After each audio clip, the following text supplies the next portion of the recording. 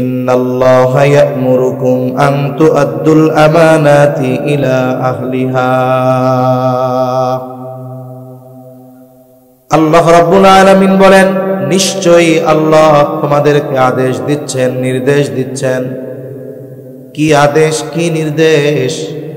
আল্লাহ তাআলা বলেন, আন তু'আদ্দুল আমানাতি ইলা আহলিহা। আল্লাহ তাআলা নির্দেশ দিচ্ছেন যে তোমরা আমানত তার হকদারের কাছে ফিরায় দাও। যদিও একটা ঘটনাকে কেন্দ্র করে আল্লাহ তাআলা এই আয়াত নাজিল করেছেন, কিন্তু এই আয়াতে উল্লেখিত শব্দের মাধ্যমে এই কথা বোঝা যায়, যদিও একটা ঘটনাকে কেন্দ্র করে আল্লাহ তাআলা আয়াত নাজিল করেছেন, তবে এইখানে শুধু দায়িত্বের আমানতের কথা আল্লাহ তাআলা বলেন নাই। দায়িত্বের আমানতের সাথে সাথে যত বিষয়ের মধ্যে আমানতদারিতা হতে পারে, প্রত্যেক বিষয়ের মধ্যে পূর্ণ আমানতদারিতা অর্জনের নির্দেশ দিয়েছেন কে? আল্লাহ রাব্বুল আলামিন বলেন, এইখানে মূল বিষয়টা হলো, বান্দা তোমরা আমানতদার হয়ে যাও, তোমরা আমানতের গুণে গুণান্বিত হও। একটা বিষয় আমাদের খেয়াল রাখা দরকার, আমানতদারিতা সাধারণ আমলের মতো নয় যে আমানতদারিতার গুণ অর্জন করলে সওয়াব হবে, না করলে গুনাহ নাই। বিষয়টা বোঝার দরকার, আমানতদারিতার সম্পৃক্ততা শুধু আমলের সাথে নয়, বরং প্রত্যেকটা মুমিনের আমানতদার হওয়া দরকার। এই কারণে আমানতদারিতার গুণের সম্পর্ক হলো ঈমানের সাথে। এজন্য যার মধ্যে আমানতদারিতার কমতি থাকে তার ঈমানের মধ্যে সমস্যা হয়ে যায়। এখন বলেন তো, ঈমানে যদি কারো সমস্যা হয়ে যায়, তার আমল যদি অনেকও হয়, ওই আমল হয়তো তার কাজে নাও লাগতে পারে। এজন্য আমানতদারিতা হলো মুমিনের ভূষণ। ঈমানের অবিচ্ছেদ্য একটা অংশ হলো আমানত। আর খেয়ানত করা এটা মুনাফিকের আলামত। হাদিসের মধ্যে নবীজি মুনাফিকের আলামত গুলো জানায় দিয়েছেন। আমাদের সকলের কম বেশি আলামত গুলো জানা আছে, এরপরেও আবার একটু স্মরণ করা দেই। বলে মুনাফিকের আলামত কি? নবীজি বলেন, ইদা হাদ্দাসা কাযাবা। মুনাফিক যখন কথা বলে মিথ্যা কথা বলে। 2 নাম্বার, ইদা ওয়াদা আখলাফা। ওয়াদা করলে ওয়াদা খেলাফ করে। ইদা তুমিনা খানা, আমানতের খেয়ানত করে। 4 নম্বর আরেক হাদিসে একটা বাড়ায় এসেছে, ওয়া ইদা তাখাসামা ফাজাওয়া। মুনাফিকের সাথে যখন কারো ঝগড়া হয়, মুনাফিক মন্দ অশ্লীল বকাঝকা করে। এগুলো কার আলামত? জবান খুইলা কর, জোরে বলেন, কার আলামত? মুনাফিকের আলামত। পাতলা বালিশ আনতে বললে ভালো হয়। মিথ্যা কথা বলা, ওয়াদা খেলাফ করা, আমানতের খেয়ানত করা, ঝগড়া লাগলে গালাগালি দেওয়া, কার আলামত? জোরে কর। কিন্তু আফসোসের বিষয়, এই 4টাই একসাথে অনেক নামাজির মধ্যেও পাওয়া যায়। আছে না নাই? হাজির মধ্যেও পাওয়া যায়, নামাজির মধ্যেও পাওয়া যায়। আমাদের জন্য করণীয় বিষয় হলো, কারো মধ্যে যদি এই আলামত গুলো থাকে, বের করে ফেলা। বলে একটা রোগ আছে, তার নাম হলো ক্যান্সার। ক্যান্সার এমন এক জীবাণু, বলে এটা যদি মানব দেহে বিস্তার ঘটায় ফেলতে পারে, ওই ব্যক্তির মৃত্যুর কারণ হয়ে যেতে পারে। এই ক্যান্সারের জীবাণুর চাইতে বেশি মারাত্মক হলো মুনাফিকের আলামত। বলে ক্যান্সার মানুষের জীবন ধ্বংস করে, ঈমান ধ্বংস করতে পারে না, কিন্তু মুনাফিকের আলামত কারো মধ্যে যদি পূর্ণ বিস্তার লাভ করে ফেলে, তার জীবন ধ্বংস না করলেও তার ঈমান ধ্বংস করে ফেলে। এজন্য এই মুনাফিকের আলামত আমাদের মধ্যে যদি কারো থাকে, আমরা এইটারে কি করব? বাইর করে ফেলবো, ডিলিট করে দিব, ফরম্যাট করে দিব। মুনাফিকের আলামত গুলার মধ্যে একটা আলামত হলো ইদা তুমিনা খানা, আমানতের খেয়ানত করা। আর মুমিনের ভূষণ আমানতের হেফাজত করা।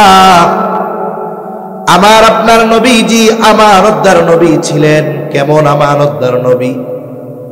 বলে এই আমানতদারিতার গুণ নবুয়তির পরে নবীজি অর্জন করেছেন, বিষয়টা এমন নয়, বরং নবীজি নবুয়তির বহু আগে আমানতদারিতার গুণ নবীজি অর্জন করেছেন। এই জন্য নবুয়তির বহু আগে কাফেররাই আমার আপনার নবীজির উপাধি দিয়েছে আল আমিন, বিশ্বস্ত আমানতদার। আমরা সেই আমানতদার নবীর উম্মত। আমাদের আমানতের অবস্থা কি? আসেন আমরা জানি কোন কোন বিষয়ের মধ্যে আমানতদারিতা হয়। এক নাম্বার, আমাদেরকে আমানতদারিতার অর্জন করতে হবে এক নম্বরে লেনদেনের মধ্যে, আদান প্রদানের মধ্যে। টাকা পয়সা, জমি জাতি, ধন দৌলত, এই ধরনের যত লেনদেন সংক্রান্ত বিষয় আছে, এইগুলার মধ্যে আমাদেরকে আমানতদারিতার গুণ অর্জন করতে হবে। কিন্তু দেখা যায় অনেক ভালো মানুষ আছে, মুত্তাকি মানুষ বলে তারে আমরা চিনি, নামাজি মানুষ, হাজি মানুষ, দেখা যায় যুগের পর যুগ, বছরের পর বছর অন্যের সম্পদ বক্ষণ করে, বন্দের সম্পদ বক্ষণ করে, বন্দেরকে তারা হক দেয় না। অন্যান্য অনেক মানুষের সম্পদ মেরে খায়, এমন লোক আছে না না? এজন্য কেউ যদি কোনো কিছু আমার কাছে পায়, যিনি পায় তার যদি মনে নাও থাকে, আল্লাহর আদেশ যে সে ভুলে গেছে, যাক, তোমার মনে আছে, তুমি নিজ দায়িত্বে তার হক তার কাছে ফিরাইয়া দিবে। লেনদেন সংক্রান্ত বিষয়ের ব্যাপারটা আমাদের কম বেশি জানা আছে, এই জন্য এই বিষয়টা নিয়ে আমি আর লম্বা কথা বলবো না। তাহলে এক নাম্বার, আমাদেরকে আমানতদারিতার গুণ অর্জন করতে হবে লেনদেনের মধ্যে। কিসের মধ্যে? জোরে কম। এখন বলেন, কারো কাছে কারো বোন যদি সম্পদ পায়, বোনের যদি নাও থাকে, জানা যদি নাও থাকে, ফেরত দিতে হবে কি হবে না? কেউ যদি কারো কাছে কোনো টাকা পয়সা পায়, সে ভুলে গেছে, আমার মনে আছে, বলেন ফেরত দিতে হবে কি হবে না? কতজন আছে চিন্তা করে ওর মনে নাই, তাহলে আর দেওয়ারও দরকার নেই, এই সুযোগ আছে নি? নাই। তাহলে এক নাম্বার, আমরা আমানতদারিতা অর্জন করব লেনদেনের মধ্যে। দুই নাম্বার, বলে আমানতদারিতা শুধু লেনদেনের মধ্যে নয়, কথাও কিন্তু আমানত হয়। নবীজি সাল্লাল্লাহু আলাইহি ওয়াসাল্লাম বলেন, ইযা হাদাসা আর-রাজুলু সুম্মা ইলতাফাতা ফাহিয়া আমানাতুন। নবীজি বলেন, আমাদের মধ্যে তোমাদের কাছে যখন কেউ কোনো কথা বলে, ইযা হাদাসা আর-রাজুলু, যখন কোনো মানুষ কথা বলে, সুম্মা ইলতাফাতা, এবার কথা কয় আর এদিকে সেদিকে তাকায়, ডানে বামে তাকায়, সামনে পেছনে তাকায়, বলে এই লোকটা কথা বলে আর এদিকে সেদিকে তাকায়া যেই কথা আমার আপনার কাছে বলে, নবীজি বলেন ফাহিয়া আমানাতুন, ওই কথাটাও আমানত হয়ে যায়। একজন মানুষ যখন কথা বলার সময় এদিকে সেদিকে তাকায়, এর দ্বারা আমরা কি বুঝি? যে সে চায় না তার কথা আমি ছাড়া কেউ শুনুক, সে চায় না যে সে কথাটা আমারে বলতেছে আমি ছাড়া কেউ জানুক, অথবা কেউ তাকে দেখতে পাক যে সে আমার কাছে কথাটা বলতেছে। তার কিছুই বলা লাগবে না, শুধু তার এই ডানে বামে তাকানোর দ্বারাই এই কথাটা আমার আপনার কাছে কি হয়ে যাবে? জোরে বলেন, জোরে বলেন, কি হবে? আমানত। এখন আমানত যেই কথা, ওই কথা কি আরেকজনের কাছে বলা যাবে? জোরে বলেন, বলা যাবে? যাবে না। কিন্তু আমাদের অভ্যাসটা হলো একেবারে ব্যতিক্রম। বলে কেউ যদি কোনো কথা বলার পরে আমার আপনার কাছে বলে, হুজুর আপনার কাছে কথাটা বললাম, আপনি আর কারো কাছে কইেন না, কাজ সারা। এখন ওই কথা আমি যতক্ষণ আর একজনের কাছে না কই, আমার ততক্ষণ আর ভালো লাগে না। এইবার কি হয়? বলে লোকটা কথা বলে আমার আপনার চোখের আড়াল হওয়ার আগে আমি পাশের থেকে আমার বন্ধুকে ডাক দিয়া বলি, বন্ধু ওই লোকটারে চিনোনি? বলে হ্যাঁ চিনি। বলে আমারে খুব বিশ্বাস করে, আমার কাছে একটা গোপন কথা বলছে, কারো কাছে বলতে মানা করছে, আমি শুধু তোমার কাছে বললাম, খবরদার তুমি কিন্তু কাউরে কইও না। এরকম কয় কি কয় না? এইবার ওই বন্ধু আর একজনকে গিয়ে বলে, ইমাম সাহেব আমার বন্ধু মানুষ, খুব ভালো, মিথ্যা কথা কয় কখনো? কয় না না, হুজুরের মতো লোক হয়, মুত্তাকি পরহেজগার বুজুর্গ। বলে অমুকের ব্যাপারে হুজুর আমাকে একটা কথা বলছে, কারো কাছে বলতে মানা করেছে, আমি শুধু তোমারে বললাম, তুমি কিন্তু কাউরে কইও না। এইরকম একজন আর একজনের কাছে বলে আর বলে, আমি শুধু তোমারে বললাম, তুমি কাউরে বইলো না। দেখা যায় ফজরের পরে যেই কথা বলছিল, কারো কাছে বলা মানা ছিল, জোহর হইতে হইতে ওই কথা 100 জনের কাছে পৌঁছায় যায়। যে যারে বলে শুধু কি বলে, আমি তোরে কইলাম, তুই কিন্তু কাউরে কইস না। এরকম কইতে কইতে কথা পৌঁছাইছে কয়শো জনের কাছে? এখন কম তো, 1 জনের কাছেও বলা মানা ছিল, কথা পৌঁছাইলো 100 জনের কাছে। তাইলে আমি তো কইছিলাম 1 জনের কাছে, কিন্তু কথা পৌঁছাইলো 100 জনের। প্রথম খেয়ানত করছে, তার আমল নামায় কয় খেয়ানতের গুনাহ হবে? 100 খেয়ানতের গুনাহ হবে। কেন বলে হাদিসের মধ্যে আসছে, নবীজি বলেন, যখন কারো দ্বারা কোনো ভালো কাজ হয়, ওই ভালো কাজ যতজন করে, প্রত্যেক ভালো কাজ করলে ওয়ালার সমপরিমাণ সওয়াব প্রথম যে শুরু করে তার আমল নামায় যোগ হয়ে যায়। আবার যখন কেউ কোনো মন্দ কাজের সূচনা করে, ওই মন্দ কাজ যতদিন চলে, যতজন করে, ওই মন্দ কাজ যতজন করবে প্রত্যেকের সমপরিমাণ গুনাহ ওই মন্দ কাজ যার দ্বারা সূচনা হলো তার আমল নামায় যোগ হয়ে যায়। এই পৃথিবীতে সর্বপ্রথম অন্যায়ভাবে হত্যাকাণ্ড সংঘটিত হয়েছে আদম আলাইহিস সালামের এক সন্তানের দ্বারা। আজ পর্যন্ত এই পৃথিবীতে যত অন্যায় হত্যাকাণ্ড হবে, নবীজি বলেন ওই সকল হত্যাকাণ্ডের সমপরিমাণ গুনাহ আদম আলাইহিস সালামের ওই হত্যাকারী সন্তান যাবে। এই জন্য কথাও আমানত হয়, কথার আমানত হেফাজত করার দরকার আছে না নাই? আবার বুঝতে হইব কোন কথা আমানত বলা যাবে না, আর কোন কথা বলা দরকার। এখন দেশে যে আকারে চুরি চিন্তাই বাড়ছে, এই ওয়াজ শুইনা চোর যদি মনে করে যাক সুযোগ একটা পাইছি, এখন রাতের বেলা ওয়াজ শুইনা যাইতেছে, এক মুরব্বীর চোর আইসা কইতেছে, চাচা ডানে বামে তাকায়া একটা গোপন কথা শুধু আপনার কাছেই কইতেছি, আপনি কিন্তু কাউরে বলেন। কি কথা? বলে চাচা আজকে আপনার পাশের বাড়ি আপনার কাছে পায় দইরা কইয়া যদি কয় যে কারো কাছে কইয়েন না, কম তো এরকম কথা গোপন রাখা যাবে নাকি? এরকম কথা গোপন রাখা যাবে না। অনেক সময় অনেক মানুষ আমার আপনার কাছে এসে তার ব্যক্তিগত অনেক কথা বলে, যে কথাগুলোর দ্বারা যদি মানুষ জেনে যায় তার সম্মান নষ্ট হয়ে যাবে। মনে করেন কথার কথা, ইমাম সাহেব, তাকে সব মুসল্লি ভালোবাসে। একটা মানুষ পারিবারিকভাবে খুব কষ্টে আছে, বলে কষ্টে কি? বলে তার বউ তারে মাঝে মধ্যে পিটায়। কথার কথা। এখন এত দুঃখ বেদনার কথা সবার কাছে কি বলা যায়? এখন ইমাম সাহেবের কাছে আইসা খুব আবেগ নিয়ে কইতেছে, হুজুর কত কষ্টে আছি জানেন, সমাজের মানুষ এত সম্মান করে, ইজ্জত দেয়, এ তো আপনারা বাহিরের বিষয়টা দেখেন, ভেতরের দুঃখ তো হুজুর কেউ জানে না।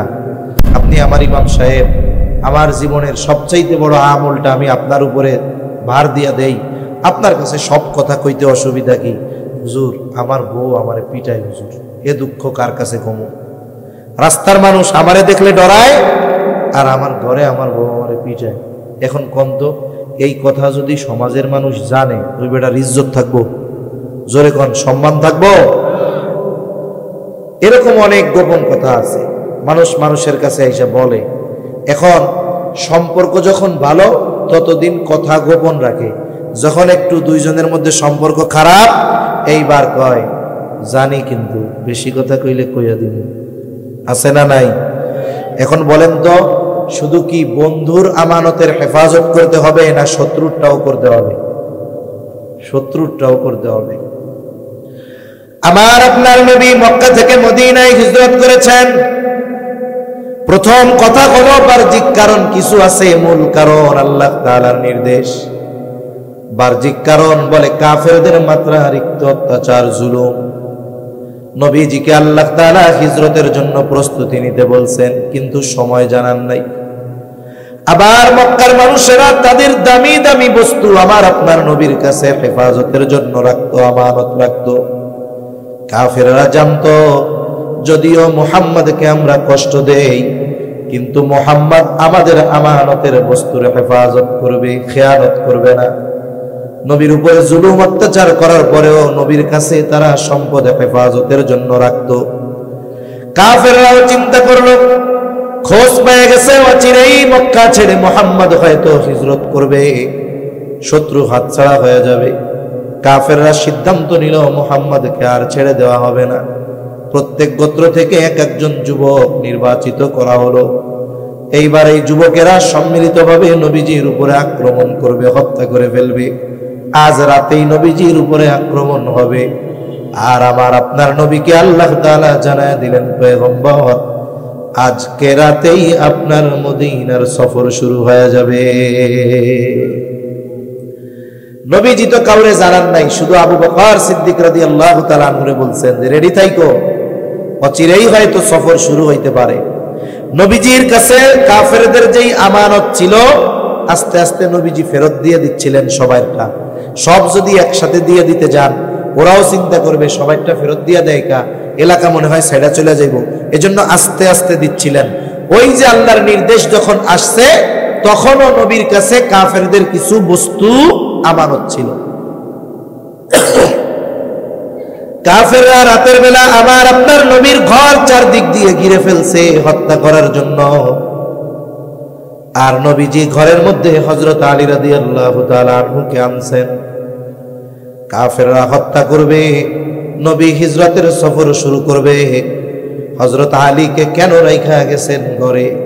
যে নবীর কাছে তখনও কাফেরদের কিছু আমানত ছিল। আলী রাদিয়াল্লাহু তাআলা আনহুকে নির্দেশ দিলেন, আলী কাফেরদের সম্পদ যথাযথভাবে প্রত্যেক বস্তু তার মালিকের কাছে পৌঁছায়া দিবা, এরপরে তুমি মদিনার উদ্দেশ্যে সফর শুরু করবা। চিন্তা করে দেখেন, কাফেররা হত্যা করার জন্য নবীর ঘর চারদিক দিয়ে ঘিরে রাখছে। যারা নবীকে হত্যা করতে এসেছে নবী তাদের মাল যথাযথভাবে তাদের কাছে পৌঁছানোর ব্যবস্থা না করে হিজরত শুরু করেন না। আমরা হইলে কি করতাম? চিন্তা করতাম যাদের কারণে দেশ ছাড়া লাগতেছে, যারা আমারে মেরে ফেলতে চায়, ওদের সম্পদ ফেরত দেওয়া কি দরকার? নিজে মুফতি সাহেব হইয়া ফতোয়া দিয়া, নিজে মন গড়া ফতোয়া দিয়া ওই সম্পদের মালিক নিজেরে বানাইয়া বলতাম এগুলো নিয়ে যাওয়া যায় যাচ্ছে, ঠিক কিনা কম? অথচ শত্রুর আমানতের বস্তু তার কাছে ফিরিয়ে দেওয়ার ব্যবস্থা না করা পর্যন্ত আমার আপনার নবী হিজরত শুরু করেন নাই। সুবহানাল্লাহ। আমরা সেই নবীর উম্মত, মনে রাখতে হবে শত্রুর আমানতের হেফাজত আমরা করব, শত্রুর সাথেও কোনো খেয়ানত করব না।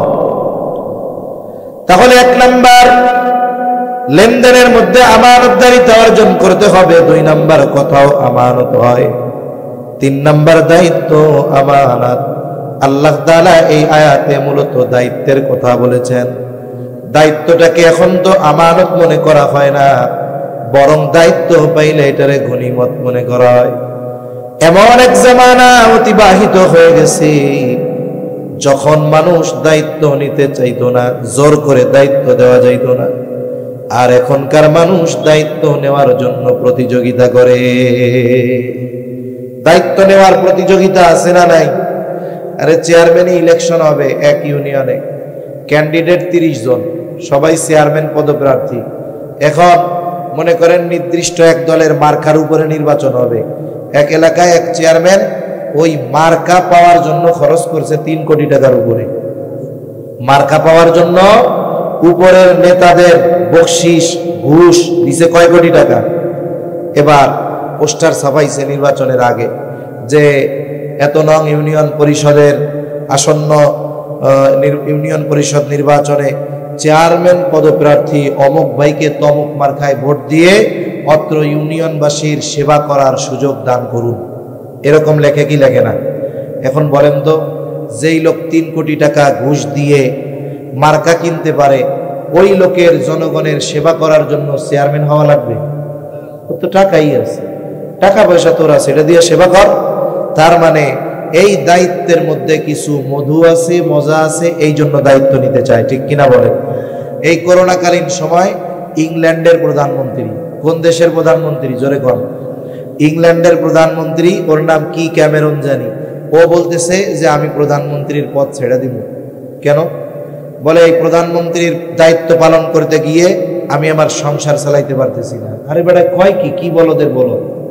ও বলে প্রধানমন্ত্রী হয়ে সংসার চালাইতে পারতেছে না, আর আমাদের দেশের যদি কোনো মতে মেম্বার হইতে পারে, ফকিন্নির পোলাও যদি মেম্বার হয়, ও 5 বছর মেম্বার থাকলে জুতা পায়ে দেওয়ার টাকাও যদি না থাকতো, 5 বছর পরে ও 5 তলা বাড়ির মালিক হয়ে যায়, ঠিক কিনা কর? আর ওই দেশ যুক্তরাজ্যের প্রধানমন্ত্রী বলতেছে যে আমি প্রধানমন্ত্রীর দায়িত্ব ছেড়ে দিব। কেন? বলে আমি আমার ব্যবসা বাণিজ্য, অন্যান্য কাজবাজ, চাকরি বাকরি বাদ দিয়ে এই দায়িত্ব নিছি, এইখানে আমারে যে ভাতা দেওয়া হয় এ দিয়ে আমার সংসার চলে না। আর আমাদের দেশের মেম্বার হইতে পারলে ওরার পেছনে ফিরে তাকানো লাগে না, ঠিক কিনা বলে?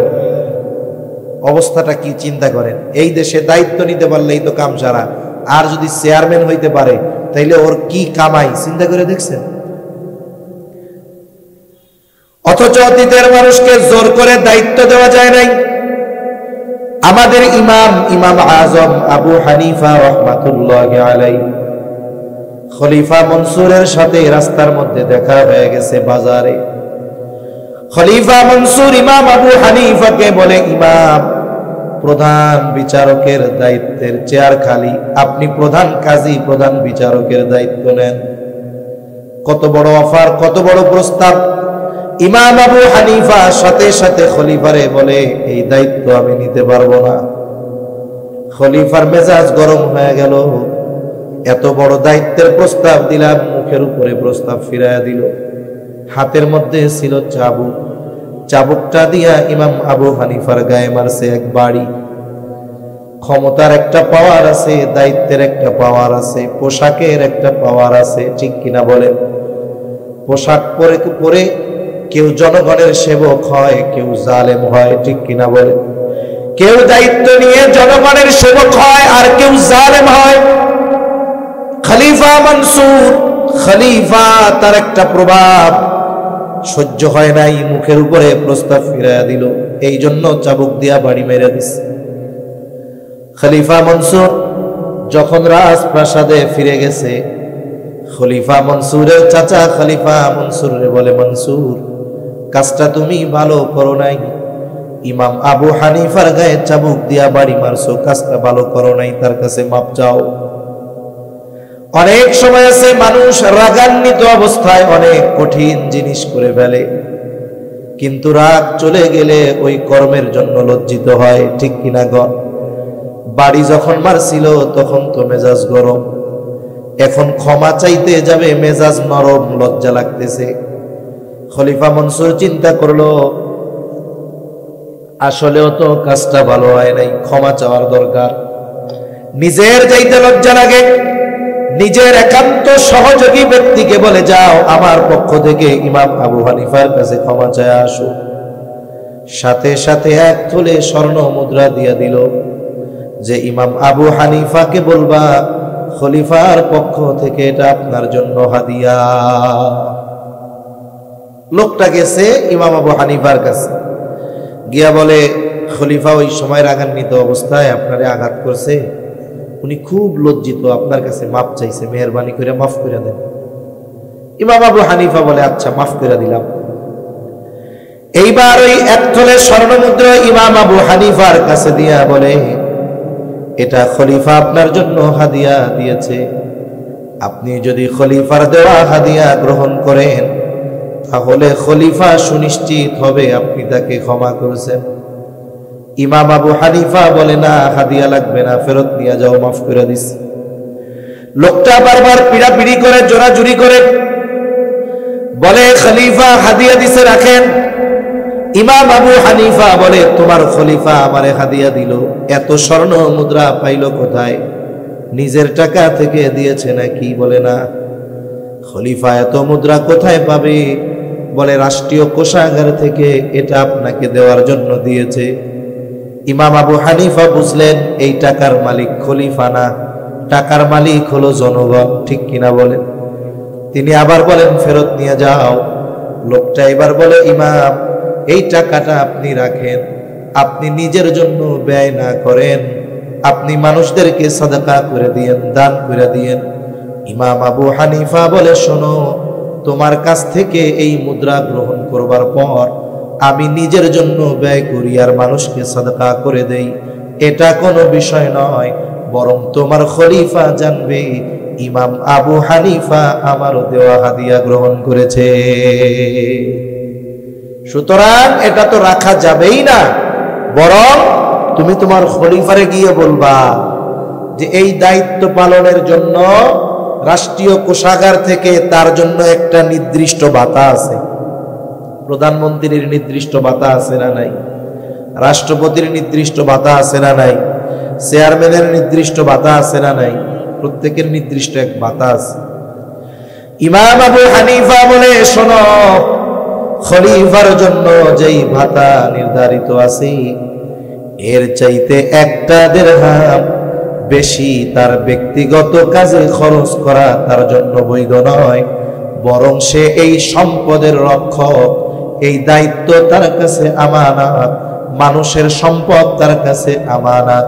সে যদি এইগুলো নিজের কাজে ব্যবহার করে অবশ্যই অবশ্যই দায়িত্বের খেয়ানত করা হবে।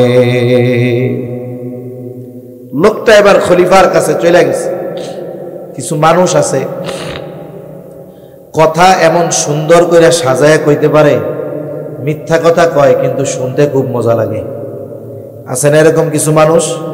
ও মিথ্যা কথা এত সুন্দর করে বলতে পারে যে মিথ্যা কথারে একটা শৈল্পিক রূপ সে দিয়া দেয়।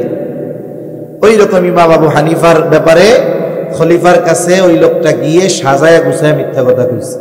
কইছে আপনারে খেয়ানতকারী কইছে, মানে যা যা বলার দরকার খলিফারে রাগানোর জন্য সব কইছে। এবার খলিফা প্রচন্ড রাগান্বিত হয়ে গেলেন, বাহিনী পাঠায় দিছে, যাও আমার ব্যাপারে এমন মন্তব্য করার দুঃসাহস, আটক করে জেলখানার মধ্যে বড়। ইমাম আবু হানিফাকে জেলখানার মধ্যে আটকিয়ে দেওয়া হলো।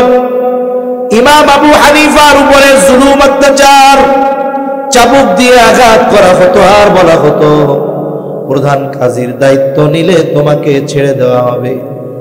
ইমাম আবু হানিফা চাবুকের আঘাতে জর্জরিত হয়ে গেছে, তবুও প্রধান বিচারকের দায়িত্ব গ্রহণ করে না। ঐতিহাসিকদের থেকে দুইটা মত পাওয়া যায়। একটা হলো উনি যখন প্রচন্ড অসুস্থ হয়ে গেছে, খাবারের সাথে বিষ প্রয়োগ করে ইমাম আবু হানিফাকে শহীদ করে দেওয়া হলো। আর এক বর্ণনায় আসছে যখন উনি প্রচন্ড অসুস্থ, ওনাকে বাড়িতে পাঠায় দেওয়া হলো, গৃহবন্দী করে ফেলা হলো। ইমাম আবু হানিফা ওই অবস্থায় এক সময় ইন্তেকাল করেন। ইমাম আবু হানিফার ছাত্ররা জিজ্ঞাসা করে, ওস্তাদ যেই দায়িত্ব নেওয়ার জন্য আপনার উপরে এত জুলুম, এত অত্যাচার, অথচ ওই দায়িত্ব নেওয়ার জন্য যত যোগ্যতা দরকার আল্লাহ তাআলা সব যোগ্যতা জ্ঞান আপনাকে দিয়েছেন, এরপরেও আপনি চাবুকের আঘাত সহ্য করলেন, জুলুম সহ্য করলেন, কিন্তু দায়িত্ব কেন নিলেন না?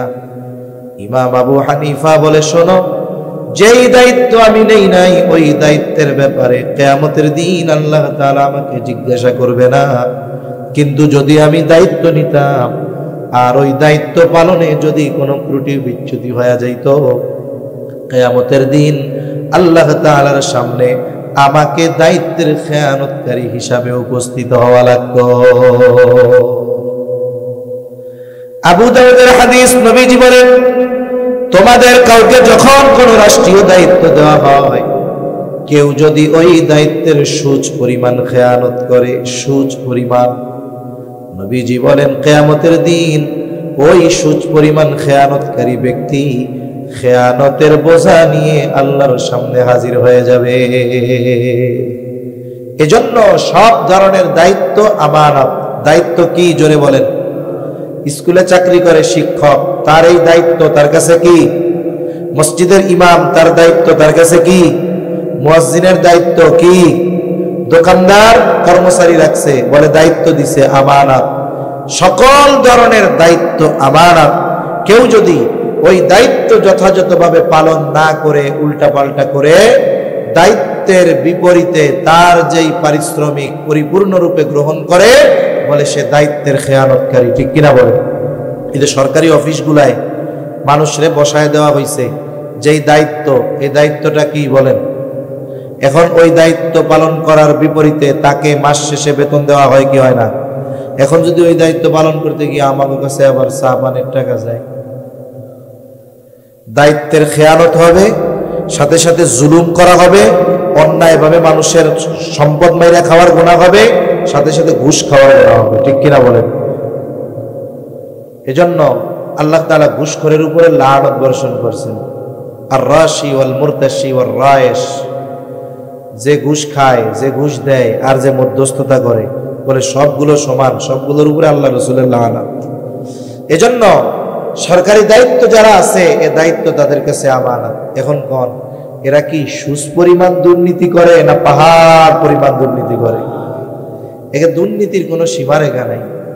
আগে তো 2-4-10 লাখ টাকা শুনলে অনেক টাকা মনে হইতো, ঠিক না? কিন্তু দুর্নীতিবাজরা দুর্নীতি করতে করতে এখন 200-100 কোটি টাকা আমাদের কাছে না থাকলে কি মনে হয় এটা পানি ভাত। ঠিক কিনা কন? এক কলেজের নেতা দুর্নীতি করছে, কয় টাকা? 1000 কোটি টাকা মাত্র। চিন্তা করে দেখছেন অবস্থা কোথায়? তাহলে এই দায়িত্ব আমানত, রাষ্ট্র পরিচালনার দায়িত্বে যারা আছে, দায়িত্ব তাদের কাছে কি আমানত। মনে রাখতে হবে, দায়িত্ব যত বড় হয়, ওই বড় দায়িত্বের জায়গায় ছোট ভুলটা তত বড় হয়। ঠিক কিনা কন? একটা উদাহরণ দেই। মনে করেন এক এলাকায় এক মেম্বারের কাছে গম আসছে, 100 মানুষের গম। কয়শো মানুষের গম? সব এক জায়গা রাখছে, এখনো কাউরে দেওয়া হয় নাই।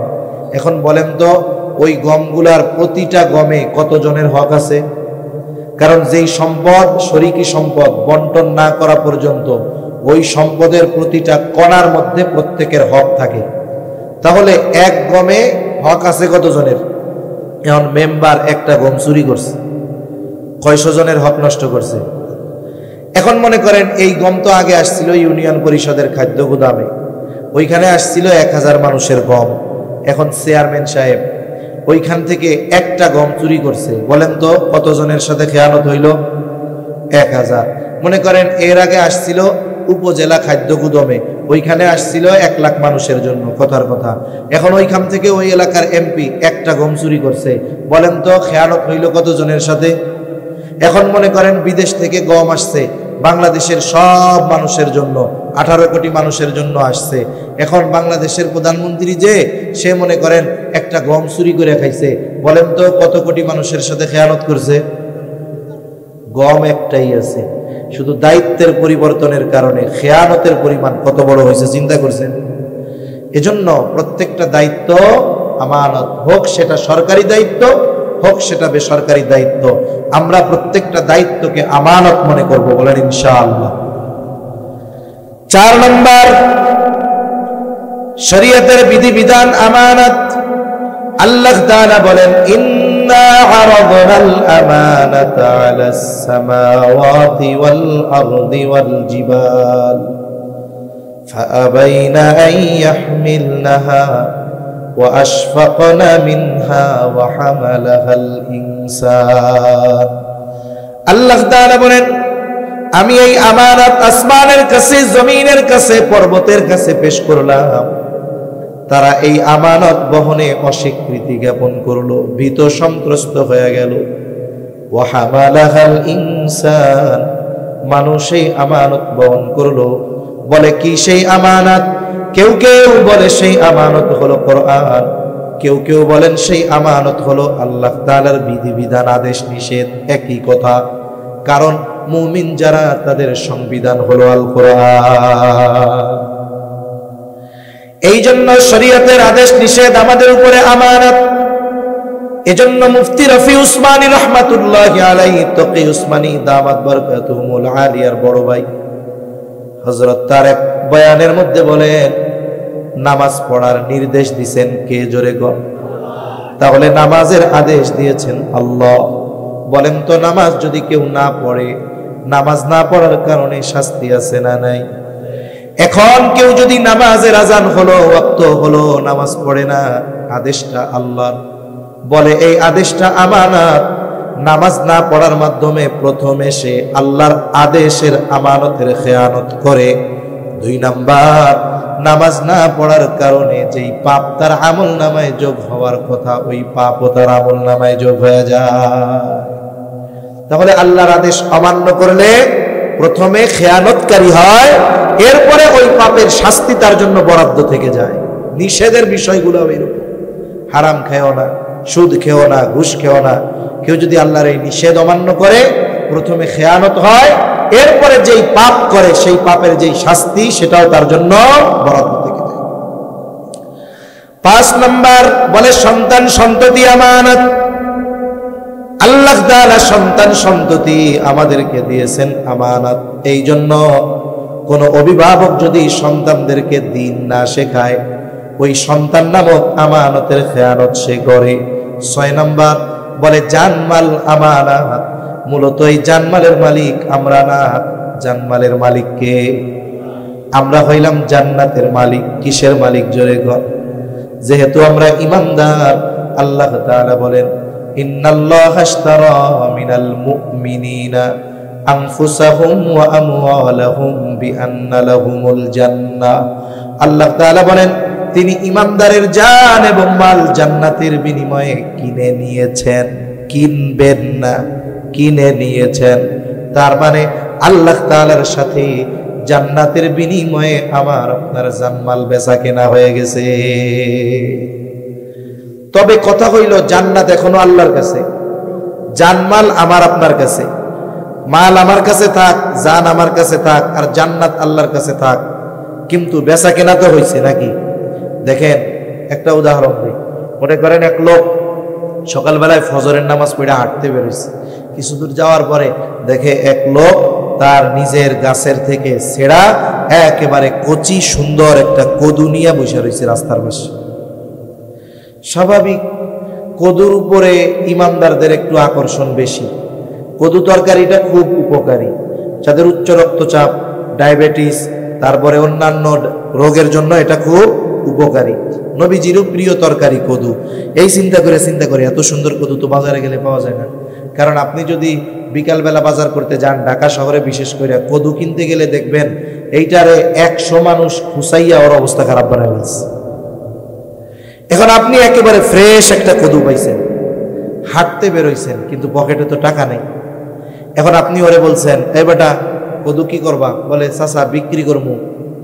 কত বেচবা? বলে 80 টাকা। বলে ঠিক আছে, আমি তোমার কদুটা কিনলাম, কিন্তু শোনো, কদু তোমার কাছে থাকবে, আমি 1 ঘন্টা পরে এসে টাকা দিব। তুমি কি আসো?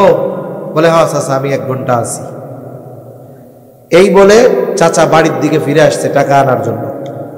বলেন তো কদুওয়ালার কাছে আছে না নাই?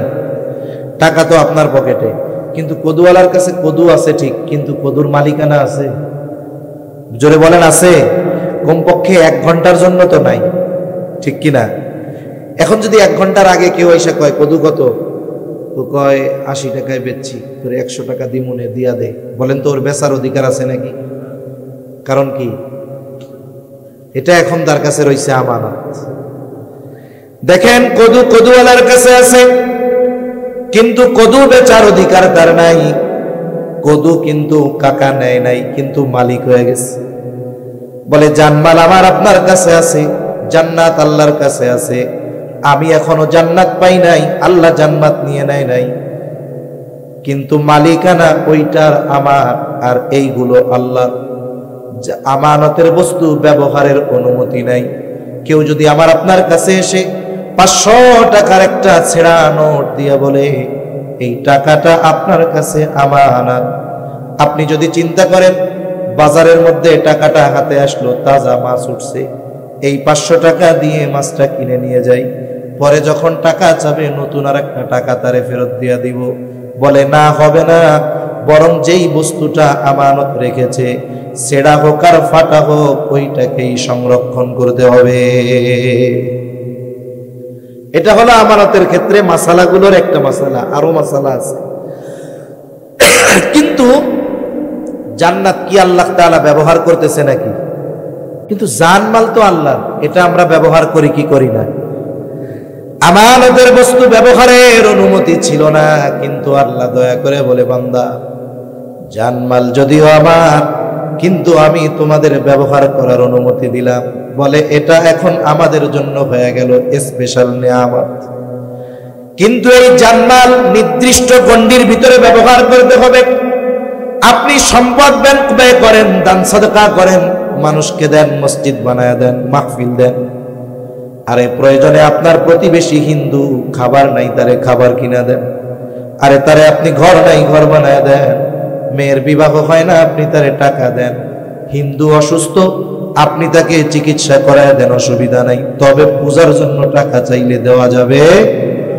আপনি তারে সব দিতে পারেন, শীতের সময় শীত বস্ত্র কিনে দেন, অসুবিধা নাই। হায়রে নিজে ভালো খান, ভালো পরেন, অসুবিধা নাই। বরং নবীজি তো এক হাদিসের মধ্যে বলেন, পরিবারের জন্য যেটা ব্যয় করা হয় সেটাও সাদকা, তবে অপচয় করা যাবে না। ভালো খান, ভালো পরেন, কোনো সমস্যা নাই। তবে টাকা যদি কোনো গুনার কাজে ব্যয় করা হয়, বলে সেটা হবে খেয়ানাত। আপনার কায়িক পরিশ্রম, দৈহিক শক্তি, মেধা, বুদ্ধি আপনি যদি ইসলামের বিরুদ্ধে ব্যবহার করেন, বলে এটাও হবে খেয়ানাত। এই জন্য জানমাল আল্লাহ তাআলা আমার আপনার কাছে আমানত রেখেছে, নির্দিষ্ট গণ্ডির মধ্যে ব্যবহারের অনুমতি দিয়েছে। এর বাইরে যদি করা হয় তাহলে খেয়ানত হয়ে যায়। এরপরে বলে অঙ্গ প্রত্যঙ্গ আমানত। এই চোখ, এই পা, কান, নাক, এগুলো আমানত, এগুলারও খেয়ানত হয়। কেমনে? বলে আমরা যখন হাতের দ্বারা গুনাহ করি, এই হাত নামক আমানতের খেয়ানত হয়ে যায়। চোখ দ্বারা গুনাহ করো যুবক, চোখ নামক আমানতের খেয়ানত হয়। পায়ের দ্বারা যখন গুনাহ করা হয়, বলে পা নামক আমানতের খেয়ানত করা হয়। এই জন্য অঙ্গ প্রত্যঙ্গ আল্লাহ তাআলার পক্ষ থেকে আমানত। এই 7-8টা বিষয় স্মরণ রাখলে আমানতদার মুমিন হওয়া সম্ভব। আমরা যেই কয়টা বিষয়ে জানলাম, বলে 1 নাম্বার আমানতদারিতা হবে লেনদেনের মধ্যে, 2 নাম্বার কথার মধ্যে, 3 নাম্বার দায়িত্বের মধ্যে, 4 নাম্বার বলে শরীয়তের বিধিবিধান পালন করার মধ্যে, 5 নাম্বার বলে সন্তান সন্ততি আমানত, বলে 6 নাম্বার জান আমানত, 7 নাম্বার মাল আমানত, 8 নাম্বার বলে অঙ্গ প্রত্যঙ্গ গুলাও আমানত। আরো বিষয় আছে, লম্বা করা যাবে না। এই 8টা বিষয়ের ক্ষেত্রে যদি আমরা আমানতদারিতা অর্জন করতে পারি, আশা করা যায় আমরা আমানতদার মুমিন হতে পারবো। আমানতদার যদি না হওয়া যায়, ইমানদার হওয়া যাবে না। এই জন্য নবীজি বলেন, লা ঈমানা লিমান লা আমানাতা লাহ। নবীজি বলেন, যার মধ্যে আমানতদারিতা নাই তার ঈমান নাই। আমানতদার হব তো ইনশাআল্লাহ। কারা কারা তৈরি আছি? আজকে থেকে কোনো বিষয়ের খেয়ানত করব না, কাল ইনশাআল্লাহ। আল্লাহ তৌফিক দিক, জোরে বলি আমিন। হাত নামাই। 2 নাম্বার আল্লাহ তাআলা ওয়াজ করেছিলেন কয়টা? মনে আছেনি? কয়টা? 1 নাম্বার আদেশ, বান্দা আমানতদার হও। 2 নাম্বার, ওয়া ইযা হাকামতুম বাইনান নাসি আন তাহকুমু বিল আদল। বান্দারে, যখন তোমরা মানুষের মধ্যে বিচার আচার করবা, ন্যায় বিচার করবা। আমরা যদি মনে করি ন্যায় বিচার শুধু ওই কোর্টে হবে, হাইকোর্টে হবে, না না। অনেক সময় জীবনের অনেক সময় অনেক মানুষের বিচারকের ভূমিকা পালন করা লাগে। 2 সন্তানের মধ্যে দ্বন্দ্ব নিরসন করবে বাপ, এই সময় বাপ হইল বিচারক। কিন্তু আফসোসের বিষয়, অনেক সময় এমন হয় বাবা 2 সন্তানের মধ্যে বিচার করতে গিয়ে পক্ষপাতিত্ব করে। আছে না নাই? বাপ করে, অনেক সময় মেয়েদের ব্যাপারে করে। মোট কথা হলো, জীবনের কোনো সময় যদি কোনো বিষয়ের জন্য আমাকে বিচারক বা ফয়সালাকারী হিসাবে নির্ধারণ করা হয়, পক্ষপাতিত্ব করা যাবে না। আরে শত্রুও যদি ন্যায় বিচারের জন্য আসে, বিচার পাওয়ার জন্য আসে, শত্রুর সাথেও কি অবিচার করা যাবে? আল্লাহ তাআলা বলেন, ওয়ালা ইয়াজরিমান্নাকুম শানাআনু কওমিন আলা আলা আল্লা তা'দিলু ই'দিলু হুয়া আকরাবু লিত্তাকওয়া। আল্লাহ তাআলা বলেন, কোন কওমের প্রতি বিদ্বেষবশত তোমরা তাদের প্রতি অবিচারের জন্য উৎসাহিত হবা না। তার মানে যার সাথে আমার দ্বন্দ্ব সেও যদি বিচারের জন্য আসে, সুযোগ পাইয়া তার উপরে জুলুম করা যাবে না, বরং ওই সময়ও ন্যায় বিচার করার নির্দেশ দিয়েছেন কে? কিন্তু আফসোস, আমরা ন্যায় বিচার করতেও রাজি নাই, মানতেও রাজি নাই। অনেক সময় একটু পাওয়ার থাকলে, কোন সময় যদি রায় বিপক্ষে যায়, তাহলে বিচারকের 14 গোষ্ঠী উদ্ধার করে ছাড়ে, ঠিক কিনা কর? রায় যদি বিপক্ষে যায়, বলে তুমি প্রধান বিচারক, তাতে কি, তোমার জান নিয়ে তাড়াতাড়ি আমেরিকা পালাও, নাহলে কিন্তু তুমি শেষ, ঠিক কিনা বলেন? অথচ সোনালী যুগের মানুষগুলো কত প্রভাব প্রতিপত্তি সম্পন্ন হওয়ার পরে